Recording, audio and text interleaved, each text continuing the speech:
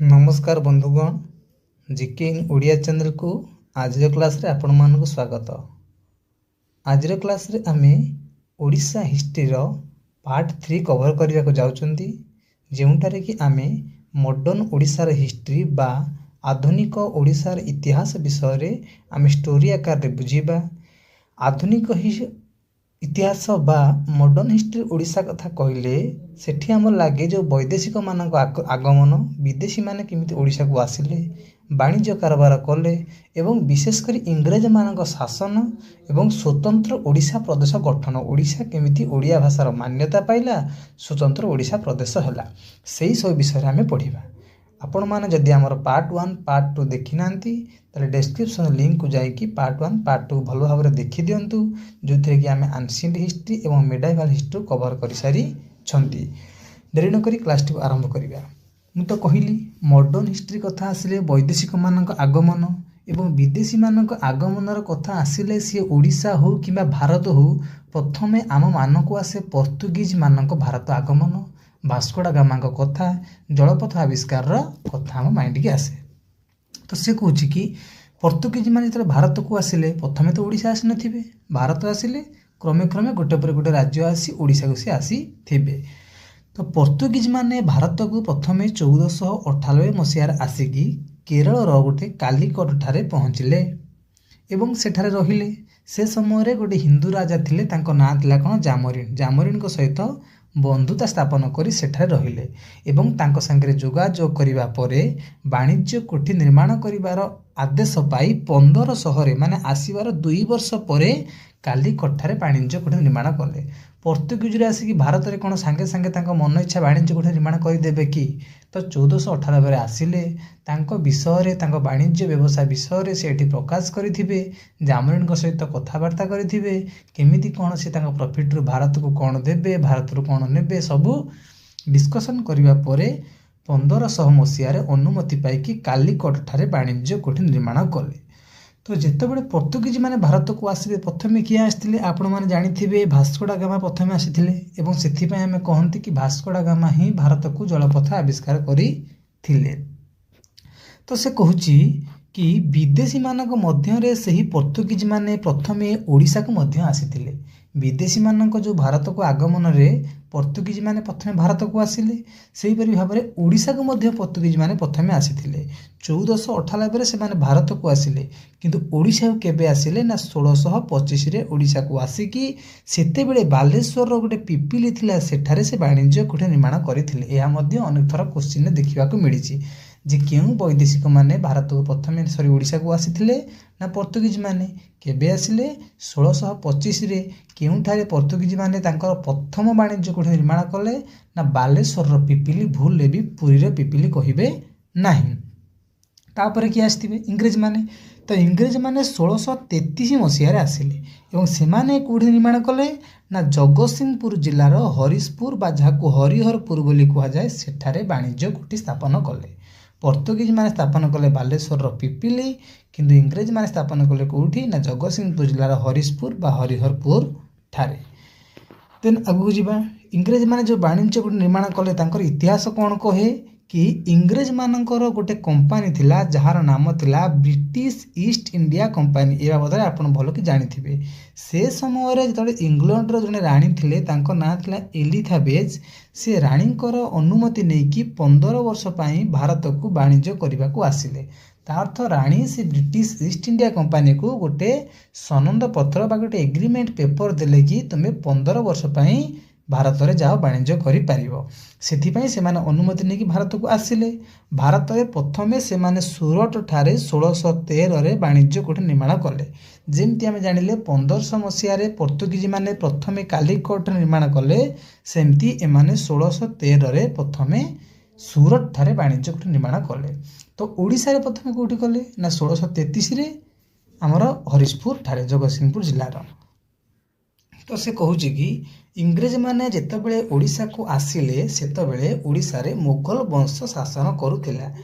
देखो क्वेश्चन दुईटा हुए आपण मैंने कहे कि सर पूर्वर आप पढ़ले कि इंग्रेज मान पूर्वर मरहटा मैंने शासन करुले इंग्रेज मान शासन कथा ये कही एठी कौन जो इंग्रेज मैंने आसिले किए माने आसिले माने से आसु शासन कले कि वाणिज्य कले तो से समय मुगल वंश थिला जितेबाला शासन करने को रागिले सेतेबेले मरहटा मैंने शासन करुले क्वेश्चन कन्फ्यूज हे ना शासन समय मरहटा मैंने शासन करुले जितेबाला से वाणिज्य करने आसिले सेतेबेले मुगल वंश शासन करुला एवं मुगल मानकर जड़े सम्राट थिले तांको नाम थिला शाह आलम द्वितीय एवं से शाह आलम द्वितीय ठारू सेतेबेले ब्रिटिश रो जे जेनेराल थिले तांको नाम थिला रॉबर्ट क्लाइव बहुत क्लेभर थिले से चतुर थिले से बंग बिहार और ओडिशा को अधिकार कले तापरे कहला कि से समय बंग बिहार और ओडिशा मिसिकी गोटे राज्य थिला जोटा आमर थिला बक्सार युद्ध आप शुणी तापर गोटे देवानी राइट्स मिलला देवानी राइट्स अर्थ हो से माने वाणिज्य करी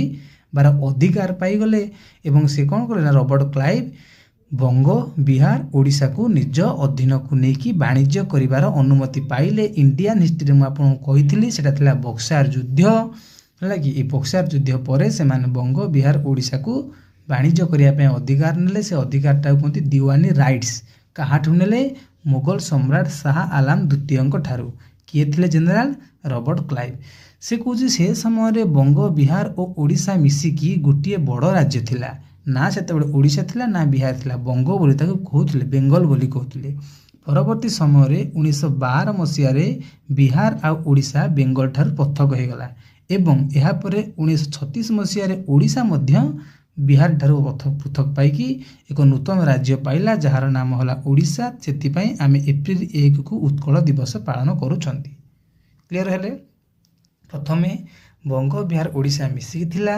1912 बिहार ओडिशा बंग ठारू अलग हो गला एवं 1936 मसीह ओडिशा बिहार ठारू बेंगल ठारू नुह बिहार ठारू पृथक होइकी स्वतंत्र राज्यर मान्यता पाइला तो एबे गला इंग्रेज माने आसिले तापर एबे आमे जो क्वेश्चन पढुतले इंग्रेज माने भारत को सॉरी ओडिशा को अधिकार कले बा शासन कले से विषय हम पढिबा एटा तो आसिले वाणिज्य कले मुगल माने थिले शासन समय मु आपन कहि मरहटा माने थिले तो इंग्रेज माने जेते बेले ओडिशा को शासन करबा को लागिले सेते बेले ओडिशा रे मरहटा माने शासन करूथिले टिके आगुरु मु कहितली जेते बेले आसिले मुगल माने थिले तो अधिकार कले मरहटा माने थिले मरहटा मान को परास्त करी गोटे पर गोटे अंचल निज अधीन को लेकिन शासन करने को लगिले विशेषकर 1803 मसीह इंग्रेज माने गोटे पर गोटे अंचल निज अधीन को नेले देखंतु अनेक बही दे थाए कि 1803 मसीह इंग्रेज माने ओडिशा को अधिकार कले बा शासन करने को लगिले कहीं जानी ना 1803 मसीहा सेप्टेम्बर 18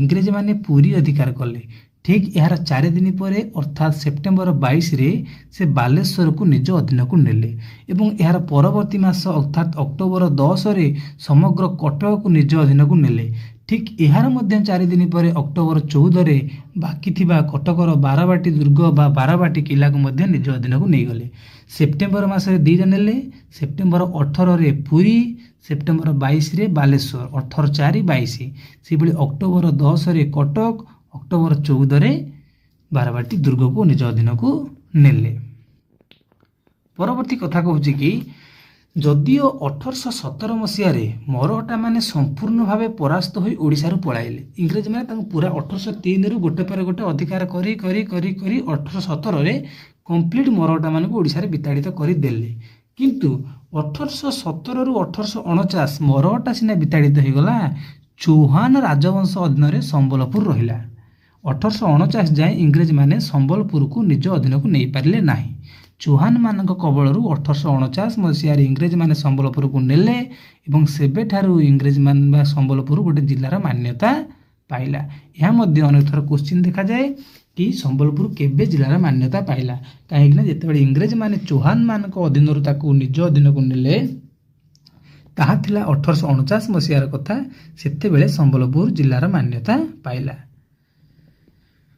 नेक्स्ट कहला कि इंग्रेज माने भारत को शासन करने समय शासन सुविधा जमी अकबर सुबार विभक्त करुले आजिका डेट्रे आम जिला राज्य विभक्त करुँच से भली टोटाल भारत को 3 भाग रे विभक्त करथिले। गोटे थिला बेंगल प्रेसिडेंसी जहार मुख्य कार्यालय थिला बेंगल रे, गोटे थिला माड्रास प्रेसिडेंसी जहार मुख्य कार्यालय थिला चेन्नई रे, गोटे थिला सेंट्रल प्रेसिडेंसी जहार मुख्य कार्यालय थिला बॉम्बे रे। 3टा प्रेसिडेंसी रे विभक्त करथिले, बेंगल, माड्रास, सेंट्रल। बेंगल थिला बेंगल रे, माड्रास थिला चेन्नई रे, सेंट्रल थिला बॉम्बे रे। जेमती हमर ओडिशा वर्तमान अछि, नॉर्दर्न अछि, साउदर्न अछि, सेंट्रल अछि। भल भाव जानी आमर से भाव में आपण मैंने कमेंट सेक्शन में कमेंट करंतु नॉर्दर्न हेडक्वार्टर कोठी, साउदर्न हेडक्वार्टर कोठी, सेंट्रल हेडक्वार्टर कोठी। आम जो ओडिशा रे 3टा डिवीजन सब डिवीजन रही, 3टा डिवीजन रही से भाई सी कौच आपको तो 3 भाग करदे। तो ओडिशा को सेमती से भी 3 भाग करते।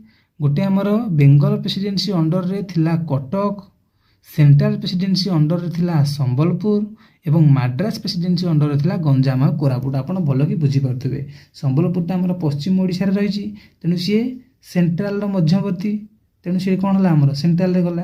कटकटा आमर नॉर्थ रे रही, जोटा आमर रही कोठी बेंगल पाखापाखि बेंगल अधीन रहा। आ गंजाम कोरापुट तार पूरा साउथ ओडिशा रहा थी, आमर साउथ रे गला। तापर देखंतु से कहूँ कि जो इंग्रेज माने कर आदाय करुले से माने विभिन्न उपाय कर आदाय करुले। से कहूँ कटक आउ बालेश्वर रे जमीदारी प्रथा कौन पाई जानी ना, कटक आउ बालेश्वर आमर क्या अधीन थिला, बेंगल प्रेसिडेंसी अधीन रे। बेंगल प्रेसिडेंसी अधीन रे थिबा अंचल गुडी करे जमीदारी प्रथा प्रचलित होउतला। जमीदारी प्रथा माने कौन, जो जमीदार माने थिले से माने सीधा सड़क लोक मानक ठारू, चाषी मानक ठारू कर आदाय करिकि इंग्रेज मानक दउतले एवं न देई पाले तांकर कोन होतला जमीदारी प्रथा मध्ये उच्छेद होतला। से आईन टाउ कोनती सनसेट लॉ बा सूर्यास्त आईन। से बाबद हमें इंडियन हिस्ट्री भल कि पढ़िबा। खाली एतिक मन रखंतु, बेंगल प्रेसिडेंसी रे जमीदारी प्रथा अधीन रे कर बा टैक्स आदाय होतला। सेथिपाई बेंगल प्रेसिडेंसी रे जहाँ थिला कटक बालेश्वर रे सिया थिला। गंजाम और कोरापुट थिला हमर साउथ रे बा हमर कोड थिला हमर जो हमर साउदर्न पार्ट रे थिला माड्रास प्रेसिडेंसी। माड्रास प्रेसिडेंसी रे कोन थिला ना रयतवारी। रयतवारी कोन जानिचंदी, रयत कहले प्रजा मानक बुझाए। रयतवारी अर्थ प्रजा माने निजे जाई कि सरकार को खजना दउथिले बा कर दउथिले बा टैक्स दउथिले। तेणु माड्रास प्रेसिडेंसी रे जहाँ थिला गंजाम और कोरापुट रे मध्ये से प्रथा प्रचलित होउतला रयतवारी प्रथा। कटक बालेश्वर रे जमीदारी प्रथा, कहीं बेंगल प्रेसिडेंसी रे जमीदारी प्रथा थिला। जमीदारी प्रथा रे जमीदार माने कर आदाय करिकि सरकार को देउथिले, किंतु गंजाम आ कोरापुट रे रयतवारी प्रथा एइथिपाई थिला जे माड्रास प्रेसिडेंसी अधीन ए दुईटी अंचल थिला एवं माड्रास प्रेसिडेंसी रे रयतवारी प्रथा थिला। रयतवारी प्रथा रे प्रजा माने सीधा सड़क नेकी कर दउथिले। बाकी रहा संबलपुर जहाँकि सेंट्रल प्रेसिडेंसी थिला। सेंट्रल प्रेसिडेंसी रे माहलवारी प्रथा प्रचलन होता। माहलवारी प्रथा कौन ना, माहल बा अर्थ है गाँ। गाँ गोटे कमिटी थिला, गोटे गाँव गोटे प्रत्येक गाँ तांको लोक मान ठारू खजना आदाय कर रखुला, से नहीं कि सरकार को दउथिला। एटा मध्ये शॉर्ट क्वेश्चन देखिया को मिले को अंचल रे को बड़ी भाव में टैक्स आदाय होउथिला, मन रखिबे। परवर्ती समय रे 1928 मसीह कटकटा फोन डिवाइड होगी पुरी, बालेश्वर और कटक 3टा अलग अलग जिला आसिला। एटा मध्ये शॉर्ट क्वेश्चन देखा मिले। आगु जावा पाइक विद्रोह। पाइक विद्रोह गोटे इंपोर्टाट विद्रोह। आ भीतर अनेक क्वेश्चन देखा मिले। से कौच यार प्रथम रिजन कौन, कहीं गोटे विद्रोह करा जाए, विद्रोह कौन पाई, आम दाबी पूरण नहले, आमर इच्छा विरुद्ध रे गले आम विद्रोह करती। तो से कौच पाइक। पाइक को माने जो माने युद्ध करती से माने पाइक कह जाए। जमी आप शुणिथे आम खोर्धागढ़ पाइकर गढ़ बोली कहती। इंग्रेज माने ओडिशारू 3टी व्यवस्था रे कर आदाय करथले, से बाबद आम पढ़िले। गोटे थिला जमीदारी प्रथा बेंगल प्रेसिडेंसी रे, रयतवारी प्रथा माड्रास प्रेसिडेंसी रे, माहलवारी प्रथा सेंट्रल प्रेसिडेंसी रे। तो ये कौच आ विषय भल जानीदेवा। जमीदारी प्रथा विषय में कही लॉर्ड कॉर्नवालिस प्रचलित करथिले। इंपोर्टेंट क्वेश्चन, लॉर्ड कॉर्नवालिस सरकार जमी उपरे एक निर्दिष्ट कर धार्य करुले। जमीदार माने से निर्दिष्ट तारीख पूर्व लोक मान ठारू आदाय करी सरकार को दउथिले। आकु चिरस्थायी बंदोबस्त बोली मध्य कहा जाए, जहाँ इंग्लिश रे परमानेंट सेटलमेंट बोली कहती। ये जमीदारी व्यवस्था जमीदार माने न दे पाले तांको जमीदारी पद सूर्यास्त आईन बल रे विच्छेद होथिला। तापर कला रयतवारी व्यवस्था। रयतवारी व्यवस्था तो मुझे रयत माने प्रजा सीधा सड़क सरकार को देवे। यह किए प्रचलन करते, सार टॉमस मुनरो। सेटा लॉर्ड कॉर्नवालिस, ये सार टॉमस मुनरो। ଏଠି ପ୍ରତି 20 ରୁ 30 ବର୍ଷରେ ଗୋଟେ କର ଧାର୍ଯ୍ୟ କରାଯାଉଥିଲା। ଏହି କର ପ୍ରଜାମାନେ ସିଧାସଳଖ ନେଇକି ସରକାରଙ୍କୁ ଦେଉଥିଲେ। ତାପରେ ଆସିଲା ମାହଲୱାରୀ। ମାହଲୱାରୀରେ ମୁଁ କହିଛି ଗ୍ରାମର ପ୍ରଜାମାନଙ୍କ ଠାରୁ କର ଆଦାୟ କରି ସରକାରଙ୍କୁ ଦେଉଥିଲା। ତ ସେ କହୁଛି କି 1803 ମସିହାରୁ ଯେତେବେଳେ ଇଂରେଜମାନେ ଓଡ଼ିଶା ଅଧିକାର କଲେ, ସେମାନେ ଅତ୍ୟାଚାର ପାଇଁ 1804 ମସିହାରେ ଖୋର୍ଦ୍ଧାରେ ବିଦ୍ରୋହ କରାଗଲା। ଯେଉଁ ବିଦ୍ରୋହର ମୁଖ୍ୟ ଥିଲେ ଜୟରାଜ ଗୁରୁ। କ'ଣ ଅତ୍ୟାଚାର କଲେ ନା ପାଇକମାନଙ୍କ ଠାରୁ ବିଭିନ୍ନ କର ଆଦାୟ କଲେ, ସେମାନଙ୍କର ଧର୍ମଗତ କ୍ଷେତ୍ରରେ ହସ୍ତକ୍ଷେପ କଲେ, ସେମାନଙ୍କ ବ୍ୟକ୍ତିଗତ ଜୀବନଯାପନରେ ହସ୍ତକ୍ଷେପ କଲେ। ଏଥିପାଇଁ ପାଇକମାନେ ଉତ୍କ୍ଷିପ୍ତ ହୋଇକି ଖୋର୍ଦ୍ଧାରେ ପ୍ରଥମେ ବିଦ୍ରୋହ କଲେ। ସେ ବିଦ୍ରୋହର ନେତୃତ୍ୱ କିଏ ନେଇଥିଲେ? ଜୟରାଜ ଗୁରୁ। ଏବଂ ଜୟରାଜ ଗୁରୁ ସେତେବେଳେ କିଏ ଥିଲେ ନା ରାଜା ଦିବ୍ୟସିଂହ ଦେବଙ୍କ ଦରବାରରେ ଗୋଟେ ପଣ୍ଡିତ ଭାବରେ ଥିଲେ। ରାଜା ଦିବ୍ୟସିଂହ ଦେବଙ୍କ ଦରବାରରେ ପଣ୍ଡିତ ଭାବରେ ଥିଲେ। ଇଂରେଜମାନଙ୍କ ସହିତ ଯୁଦ୍ଧ ହେଲା। ବିଦ୍ରୋହ ହେଲେ ଯୁଦ୍ଧ ହେବ, ଦମନ କରିବା ପାଇଁ ଯୁଦ୍ଧ ହେଲା। ଇଂରେଜମାନେ ଜୟରାଜ ଗୁରୁକୁ ବନ୍ଦୀ କଲେ ଏବଂ ମେଦିନୀପୁର ଠାରେ 1906 ମସିହା ଡିସେମ୍ବର 6ରେ ତାଙ୍କୁ ଫାଶୀ ଦେଇଦେଲେ। ଆପଣମାନେ ଜାଣିଥିବେ ବରଗଛର ଓହଳରେ ବାନ୍ଧିକି ତାଙ୍କୁ 2 ଫାଳ କରିଦେଇଥିଲେ। ସେଥିପାଇଁ ଜୟରାଜ ଗୁରୁଙ୍କୁ ଓଡ଼ିଶାର ପ୍ରଥମ ଶହୀଦ ବୋଲି କୁହାଯାଏ। ଏଇଠି କେତେଟା କୋଶ୍ଚିନ୍ ଆସେ ଯେ ଆମର ଜୟରାଜ ଗୁରୁ କୋଉଠି ନା ଖୋର୍ଦ୍ଧାଗଡ଼ରେ। ସେ କ'ଣ ଥିଲେ? ଦିବ୍ୟସିଂହ ଦେବଙ୍କ ପଣ୍ଡିତ ବା ରାଜଗୁରୁ ଭାବରେ ଥିଲେ। କେବେ ତାଙ୍କୁ ଫାଶୀ ଦିଆଗଲା? 1906 ଡିସେମ୍ବର 6ରେ। କେଉଁଠାରେ? ମେଦିନୀପୁର ଠାରେ। ଏବଂ ଜୟରାଜ ଗୁରୁଙ୍କୁ ପ୍ରଥମ ଶହୀଦ ବୋଲି କୁହାଯାଏ। ଯେତେବେଳେ ଜଣକୁ ସେ ମୁଖିଆକୁ ଫାଶୀ ଦେଉଛନ୍ତି, ସମସ୍ତଙ୍କ ମନରେ ଗୋଟେ ଭୟ ଆସିଯିବ ଏବଂ ଭୟ ଆସିଗଲା ପରେ ସେମାନଙ୍କୁ ଆହୁରି ଅତ୍ୟାଚାର ବଢ଼ି ବଢ଼ି ଚାଲିବ। ଏହାପରେ ଇଂରେଜମାନଙ୍କ ଅତ୍ୟାଚାର ମଧ୍ୟ ବଢ଼ି ବଢ଼ି ଚାଲିଲା। ସେ ସମୟରେ କିଛି ସୈନ୍ୟବାହିନୀ ଥିଲେ ଯେଉଁମାନେ ଯୁଦ୍ଧ ସମୟରେ ଯୁଦ୍ଧ କରୁଥିଲେ ଏବଂ ଅନ୍ୟ ସମୟରେ ଚାଷ କାର୍ଯ୍ୟ କରୁଥିଲେ। ସେମାନଙ୍କୁ ପାଇକ ବୋଲି କୁହନ୍ତି। ମୁଁ ତ କହିଲି ସେମାନେ ଅନ୍ୟ ସମୟରେ ଚାଷ କାର୍ଯ୍ୟ କରିବେ, ତାଙ୍କର ଚଳିବେ, କିନ୍ତୁ ଯୁଦ୍ଧ ହେବାବେଳେ ସେ ଚାଷ କାର୍ଯ୍ୟ ଛାଡ଼ିକି ରାଜ୍ୟ ପାଇଁ ଯୁଦ୍ଧ କରିବେ। ସେଥିପାଇଁ ତାଙ୍କର ଏଇ ଯେଉଁ ଯୁଦ୍ଧ କରୁଥିଲେ ବୋଲି ସେମାନଙ୍କୁ ତାଙ୍କଠାରୁ ରାଜାମାନେ ନିଷ୍କର ଜମି କିଛି ଦେଇଥିଲେ। ମାନେ ସେ ଯେଉଁ ଯୁଦ୍ଧ ଯେହେତୁ କରନ୍ତି ତାଙ୍କୁ ତ କୌଣସି ଦରମା ମିଳୁନଥିଲା, ସେମାନେ ବଞ୍ଚିବେ ଖାଇବା ପାଇଁ ତାଙ୍କୁ ଜମି ଦିଆଯାଉଥିଲା, ଯେଉଁ ଜମିରୁ ସେମାନେ କୌଣସି କର ଦେବେ ନାହିଁ। ଏବଂ ସେ ଜମିଟାକୁ ଜାଗିରି ବୋଲି କହନ୍ତି, ମାନେ ଯେଉଁଠି କିଛି କର ଦିଆଯିବ ନାହିଁ। ଏବଂ ପାଇକମାନେ ବିଦ୍ରୋହ କରୁଥିବାରୁ ତାଙ୍କୁ ପାଇକ ବିଦ୍ରୋହ କୁହନ୍ତି। କ'ଣ ହେଲା ଦେଖନ୍ତୁ, ଯେତେବେଳେ ସେ ଯେଉଁ ପାଇକମାନେ ଥିଲେ ସେମାନେ ଯେହେତୁ ବାକି ସମୟରେ ରାଜ୍ୟ ପାଇଁ ଯୁଦ୍ଧ କରୁଥିଲେ, ତେଣୁ ସେମାନଙ୍କୁ ନିଷ୍କର ଭୂମି ବା ଜାଗିରି ଦିଆଯାଇଥିଲା। ଯେତେବେଳେ ଇଂରେଜମାନେ ଶାସନ କଲେ ସେମାନେ ସେ ଜାଗିରିରୁ କର ଆଦାୟ କଲେ, ଯାହାଫଳରେ ପାଇକମାନେ ଅସନ୍ତୁଷ୍ଟ ହୋଇଗଲେ ଏବଂ ବିଦ୍ରୋହ କଲେ। ତାକୁ ପାଇକ ବିଦ୍ରୋହ କୁହାଗଲା। 1817 ମସିହା ମାର୍ଚ୍ଚ ମାସ 29ରେ ଖୋର୍ଦ୍ଧାର ବାଣପୁର ଠାରୁ ଆରମ୍ଭ ହୋଇଥିଲା। ସେତେବେଳେ ଏହାର ନେତୃତ୍ୱ କିଏ ନେଲେ? ବକ୍ସି ଜଗବନ୍ଧୁ। ତାହେଲେ କ'ଣ ଦେଖିବେ? ପାଇକ ବିଦ୍ରୋହ କେବେ ହେଲା ନା 1817 ମସିହାରେ। କେଉଁଠୁ ଆରମ୍ଭ ହେଲା? ଖୋର୍ଦ୍ଧାର ବାଣପୁର ଠାରୁ। ନେତୃତ୍ୱ କିଏ ନେଲେ? ବକ୍ସି ଜଗବନ୍ଧୁ, ଯାହାଙ୍କର ପୁରା ନାମ ଥିଲା ବକ୍ସି ଜଗବନ୍ଧୁ ବିଦ୍ୟାଧର ବ୍ରହ୍ମଧର ରାୟ ମହାପାତ୍ର। 1825 ମସିହାରେ ଇଂରେଜମାନେ ବକ୍ସି ଜଗବନ୍ଧୁଙ୍କୁ ବନ୍ଦୀ କରି କଟକଠାରେ ରଖିଲେ, ବନ୍ଦୀ କରିଦେଲେ ଏବଂ ସେଠାରେ 1929 ମସିହା ଜାନୁଆରୀ 24ରେ ତାଙ୍କର ମୃତ୍ୟୁ ହେଲା। ସେହି ସ୍ଥାନକୁ ବକ୍ସି ବଜାର ବୋଲି ମଧ୍ୟ କୁହାଯାଉଛି। ଆପଣମାନେ ଜାଣିଥିବେ କଟକରେ ଗୋଟେ ବକ୍ସି ବଜାର ରହିଛି, ତା ନାଁ କ'ଣ ପାଇଁ ହେଇଛି ଆଜି ଆପଣମାନେ କ୍ଲିଅର ହେଇଯାଇଥିବେ। ଯେତେବେଳେ ଇଂରେଜମାନେ 1825ରେ ବକ୍ସି ଜଗବନ୍ଧୁଙ୍କୁ ବନ୍ଦୀ କରିକି ନେଇ ରଖିଲେ, ସେହି ସ୍ଥାନରେ ରଖିଥିଲେ ଏବଂ ସେହି ବକ୍ସି ବଜାର ଠାରେ 1929 ମସିହା ଜାନୁଆରୀ 24ରେ ତାଙ୍କର ମୃତ୍ୟୁ ହୋଇଥିଲା। ଦ୍ୱିତୀୟ ମୁକୁନ୍ଦ ଦେବଙ୍କୁ ଜଗନ୍ନାଥ ମନ୍ଦିରର ଦେଖାଶୁଣା କରିବାକୁ କୁହାଗଲା, ବର୍ତ୍ତମାନ ଯାହାକୁ ଗଜପତି କୁହାଯାଉଛି। ତାହେଲେ କ'ଣ କହିଲା ଯେ ଦ୍ୱିତୀୟ ମୁକୁନ୍ଦ ଦେବ, ଆପଣ ତ ଜାଣିଥିଲେ ମୁକୁନ୍ଦ ଦେବ ଓଡ଼ିଶାର ଶେଷ ସ୍ୱାଧୀନ ରାଜା ଥିଲେ। ତାଙ୍କୁ ହତ୍ୟା କରିଥିଲେ କିଏ? ସୁଲେମାନ କରଣୀଙ୍କର ସେନାପତି କଳାପାହାଡ଼ ହତ୍ୟା କରିଥିଲେ। ଯିଏ ଦ୍ୱିତୀୟ ମୁକୁନ୍ଦ ଦେବ ଥିଲେ ତାଙ୍କୁ ଜଗନ୍ନାଥ ମନ୍ଦିରର ଦେଖାଶୁଣା କରିବା ପାଇଁ ଦାୟିତ୍ୱ ଦିଆଗଲା, ଯାହାକୁ କି ବର୍ତ୍ତମାନ ଆମେ ଗଜପତି ବୋଲି କହୁଛନ୍ତି। ପୁରୀ ଗଜପତି ଯିଏ ଛେରା ପହଁରା କଲେ ଆମ ରଥଯାତ୍ରା ଆରମ୍ଭ ହେଉଛି। 1835 ମସିହା ବେଳକୁ ଇଂରେଜମାନେ ଦକ୍ଷିଣ ଓଡ଼ିଶା ଅଧିକାର କରି ଘୁମୁସୁର ଓ କନ୍ଧମାନଙ୍କ ଉପରେ ଅତ୍ୟାଚାର କରିଚାଲିଲେ, ଯାହାଫଳରେ କି କନ୍ଧମାନେ ବିଦ୍ରୋହ କଲେ, ଯାହାକୁ କନ୍ଧ ବିଦ୍ରୋହ କୁହାଯାଏ।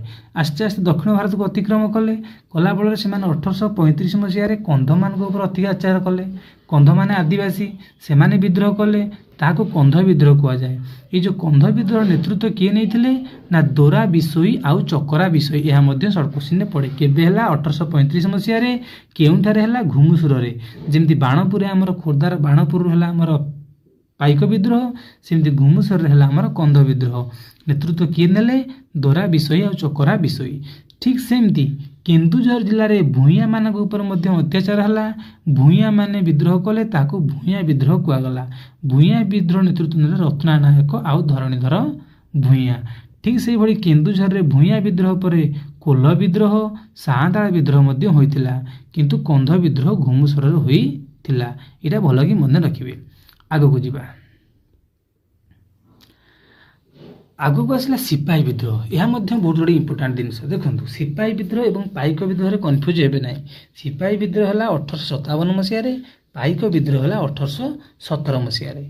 ସେ କହୁଛି ଇଂରେଜମାନଙ୍କ ଅଧୀନରେ କାର୍ଯ୍ୟ କରୁଥିବା ଭାରତୀୟ ସୈନ୍ୟମାନଙ୍କୁ ସିପାହୀ କୁହାଯାଏ। ସେଠି ଆମେମାନେ ପାଇକ କାହାକୁ କହିଲେ ନା, ଯେଉଁମାନେ ଭାରତରେ ଥିଲେ ବା ଓଡ଼ିଶାରେ ଥିଲେ, ବାକି ସମୟରେ ଚାଷ କାର୍ଯ୍ୟ କରୁଥିଲେ, ଯୁଦ୍ଧ ସମୟରେ ରାଜ୍ୟର ରକ୍ଷା ପାଇଁ ଯୁଦ୍ଧ କରୁଥିଲେ, ସେମାନଙ୍କୁ ଆମେ କହୁଥିଲେ ପାଇକ। କିନ୍ତୁ ସିପାହୀ ମାନେ କିଏ? ଯିଏକି ଭାରତୀୟ ସେନା ଇଂରେଜମାନଙ୍କ ଅଧୀନରେ ଚାକିରି କରୁଥିଲେ ଏବଂ ଇଂରେଜମାନେ ଭାରତୀୟ ସିପାହୀମାନଙ୍କ ଉପରେ ବହୁତ ଅତ୍ୟାଚାର କଲେ। ଫଳରେ ଅସନ୍ତୁଷ୍ଟ ହୋଇକି ସିପାହୀମାନେ ତାଙ୍କ ବିରୁଦ୍ଧରେ ବିଦ୍ରୋହ କଲେ, ଯାହାକୁ ସିପାହୀ ବିଦ୍ରୋହ କୁହାଯାଏ। ସିପାହୀ ବିଦ୍ରୋହ ହେଲା 1857, କିନ୍ତୁ ପାଇକ ବିଦ୍ରୋହ ହେଲା 1817। ଏବଂ ଏହି ସିପାହୀ ବିଦ୍ରୋହ ସମୟରେ ଭାରତର ଗଭର୍ଣ୍ଣର ଥିଲେ Lord Canning. Very very important, ମନେ ରଖିବେ, ବହୁତ ଥର କ୍ୱେଶ୍ଚିନ୍ ଆସିଛି। ସିପାହୀ ବିଦ୍ରୋହ ସମୟରେ ଭାରତର ଗଭର୍ଣ୍ଣର କିଏ ଥିଲେ? Lord Canning. ସିପାହୀ ବିଦ୍ରୋହ ସମୟରେ ଶେଷ ମୋଗଲ ସମ୍ରାଟ ବାହାଦୁର ଶାହ ଜାଫର ଥିଲେ। ଏଇଟା ହିଁ ପ୍ରଶ୍ନ ପଡ଼େ। ଶେଷ ମୋଗଲ ସମ୍ରାଟ କିଏ? ବାହାଦୁର ଶାହ ଜାଫର। ତାଙ୍କୁ ମଧ୍ୟ ଗିରଫ କରିକି ମାଣ୍ଡେଲା ଠାରେ ରଖାଯାଇଥିଲା ଏବଂ ସେଠାରେ ତାଙ୍କର ମୃତ୍ୟୁ ହୋଇଥିଲା। ଓଡ଼ିଶାରେ ଯେଉଁ ସିପାହୀ ବିଦ୍ରୋହ ହେଲା, ତାର ମୁଖ୍ୟ କର୍ଣ୍ଣଧାର ଥିଲେ କିଏ? 2 ଜଣ। ଜଣେ ଥିଲେ ପଶ୍ଚିମ ଓଡ଼ିଶାର ସମ୍ବଲପୁରର ବୀର ସୁରେନ୍ଦ୍ର ସାଏ, ଯିଏକି ରାଜସ୍ୱତ ଲୋପନୀତିକୁ ବିରୋଧ କରିଥିଲେ। ଆଉ ଜଣେ ଥିଲେ ଚାଖି ଖୁଣ୍ଟିଆ, ଯାହାଙ୍କ ନାମ ଥିଲା ଚନ୍ଦନ ହଜୁରୀ। ଆପଣ ଜାଣିଛନ୍ତି ରାଜସ୍ୱତ ଲୋପନୀତି କ'ଣ? ଯେ ଯେତେବେଳେ ଜଣେ ରାଜା ଥିଲେ, ଯଦି ସେ ରାଜାଙ୍କର କୌଣସି ପୁତ୍ର ନଥିଲା, ସେ ପୋଷ୍ୟପୁତ୍ର ଗ୍ରହଣ କରୁଥିଲେ। ତାଙ୍କ ମୃତ୍ୟୁ ପରେ ସେ ପୋଷ୍ୟପୁତ୍ର ରାଜା ହେଉଥିଲା। କିନ୍ତୁ ଇଂରେଜମାନେ ନିୟମ କଲେ ଯେ ରାଜସ୍ୱତ ଲୋପନୀତି ଯିଏ ଗ୍ରହଣ କରିବ, ସିଏ କୌଣସି ପୋଷ୍ୟପୁତ୍ର ଗ୍ରହଣ କରିପାରିବ ନାହିଁ। ସେ ରାଜା ମୃତ୍ୟୁ ପରେ ତାଙ୍କର ଯଦି ନିଜର ସନ୍ତାନ ନଥିବେ, ତାହେଲେ ସେ ରାଜ୍ୟଟି ଇଂରେଜମାନଙ୍କ ଅଧୀନକୁ ଚାଲିଯିବ। ଏହାକୁ ତୀବ୍ର ନିନ୍ଦା କରି ବିରୋଧ କରିଥିଲେ କିଏ? ନା ସମ୍ବଲପୁରର ବୀର ସୁରେନ୍ଦ୍ର ସାଏ, ଯାହାକି ସିପାହୀ ବିଦ୍ରୋହ କରିଥିଲେ। 1857 ମସିହାରେ ସିପାହୀ ବିଦ୍ରୋହ ଫଳରେ ଇଂରେଜ ସରକାର ଅନୁଭବ କଲେ ଯେ ବ୍ରିଟିଶ ଇଷ୍ଟ ଇଣ୍ଡିଆ କମ୍ପାନୀର କିଛି ଦୋଷ ଦୁର୍ବଳତା ରହୁଛି। ନହେଲେ ପାଇକ ବିଦ୍ରୋହ ହେଉଛି, ଆଦିବାସୀମାନେ ବିଦ୍ରୋହ କରୁଛନ୍ତି, ସିପାହୀମାନେ ବିଦ୍ରୋହ କରୁଛନ୍ତି। କ'ଣ ପାଇଁ? ସିପାହୀମାନେ ତ ଆମ ଅଧୀନରେ ଚାକିରି କରିଛନ୍ତି, ସେ କାହିଁକି ବିଦ୍ରୋହ କରିବେ? ଇଂରେଜମାନେ ଅନୁଭବ କଲେ କି ବ୍ରିଟିଶ ଇଷ୍ଟ ଇଣ୍ଡିଆ କମ୍ପାନୀର ନିଜର କିଛି ତ୍ରୁଟି ରହୁଛି। ସେଥିପାଇଁ ସେମାନେ କ'ଣ କଲେ ନା, କମ୍ପାନୀ ହାତରୁ ସରକାର ନିଜ ହାତକୁ ଶାସନ ଭାର ଗ୍ରହଣ କଲେ। ଗୋଟେ ଇମ୍ପୋର୍ଟାଣ୍ଟ ଚେଞ୍ଜ ହେଇଥିଲା କ'ଣ କି, ଯେଉଁ କମ୍ପାନୀ ହାତରେ ଓଡ଼ିଶାର ଶାସନ ଭାର ଥିଲା, ଭାରତର ଶାସନ ଭାର ଥିଲା, ତାକୁ ସେ କ'ଣ କଲେ? ନିଜ ଅଧୀନକୁ ସରକାର ନେଇ ଗଲେ ଏବଂ 1858 ମସିହାରୁ ଇଂରେଜ ସରକାର ନିଜ ହାତକୁ ଶାସନ ଭାର ଗ୍ରହଣ କଲେ ଏବଂ ଫଳରେ 1858ରେ ଯେଉଁ ଗଭର୍ଣ୍ଣର ଜେନେରାଲ ତାହା ପୂର୍ବରୁ ଥିଲେ, ତାଙ୍କ ସ୍ଥାନରେ ସେ ଗୋଟେ ଭାଇସରାୟଙ୍କୁ ନିଯୁକ୍ତି କଲେ। ଗଭର୍ଣ୍ଣର ଜେନେରାଲ ପଦବୀଟା କ'ଣ ହେଲା? ଉଠି ଗଲା। କ'ଣ ଜାଣିଲେ? ଯେଉଁ 1857 ସିପାହୀ ବିଦ୍ରୋହ ପରେ 1858 ମସିହାରେ ସରକାର କମ୍ପାନୀ ହାତରୁ ନିଜ ହାତକୁ ଶାସନ ଭାର ନେଇକି ଜଣକୁ ଭାଇସରାୟ କରିକି ବା କମ୍ପାନୀର ପ୍ରତିନିଧି ଭାବେ, ଯେଉଁ ଆମର ସରକାରଙ୍କ ପ୍ରତିନିଧି ଭାବେ ଭାରତରେ ନିଯୁକ୍ତି କଲେ। ସମ୍ବଲପୁରରୁ ଯେଉଁ ସିପାହୀ ବିଦ୍ରୋହ ହେଲା, ତାହାର ନେତୃତ୍ୱ ନେଇଥିଲେ କିଏ? ସୁରେନ୍ଦ୍ର ସାଏ। ତାଙ୍କୁ 1809 ମସିହା ଜାନୁଆରୀ 23 ତାରିଖରେ ସମ୍ବଲପୁରର ଖିଣ୍ଡା ଗ୍ରାମରେ ଜନ୍ମଗ୍ରହଣ କରିଥିଲେ ଏବଂ 1884 ମସିହା ଫେବୃଆରୀ 28 ତାରିଖରେ ଅସୁରଗଡ଼ ଜେଲରେ ବନ୍ଦୀ ଥିବା ଅବସ୍ଥାରେ ତାଙ୍କର ମୃତ୍ୟୁ ହୋଇଥିଲା। ବାହାଦୁର ଶାହ ଜାଫର ମାଣ୍ଡେଲା ଜେଲରେ ମୃତ୍ୟୁବରଣ କଲେ। ସୁରେନ୍ଦ୍ର ସାଏ ଅସୁରଗଡ଼ ଜେଲରେ ମୃତ୍ୟୁବରଣ କଲେ। 1809 ଜାନୁଆରୀ 23ରେ ତାଙ୍କ ଜନ୍ମ। ସୁଭାଷ ବୋଷଙ୍କ ଜୟନ୍ତୀ ଯେଉଁଦିନ ନେତାଜୀ ଜୟନ୍ତୀ, ସେହିଦିନ ମଧ୍ୟ ସୁରେନ୍ଦ୍ର ସାଏଙ୍କ ଜୟନ୍ତୀ ଏବଂ 1809ରେ ଜନ୍ମ, 1884ରେ ତାଙ୍କର ମୃତ୍ୟୁ ଫେବୃଆରୀ 28ରେ। ଏହା ଥିଲା ଆମର ପାର୍ଟ 1। ବାକି ଯାହା ରହିଲା ଅନ୍ୟ ଗୁଡ଼ିକ ଆମେ ପାର୍ଟ 2ରେ କଭର କରିବା ଏବଂ ତାହା ଆମର ଶେଷ ପାର୍ଟ। ଏହାପରେ ଆମର ମଡ଼ର୍ଣ୍ଣ ଓଡ଼ିଶାର ହିଷ୍ଟ୍ରିଟା କମ୍ପ୍ଲିଟ୍ ହୋଇଯିବ। ଧନ୍ୟବାଦ।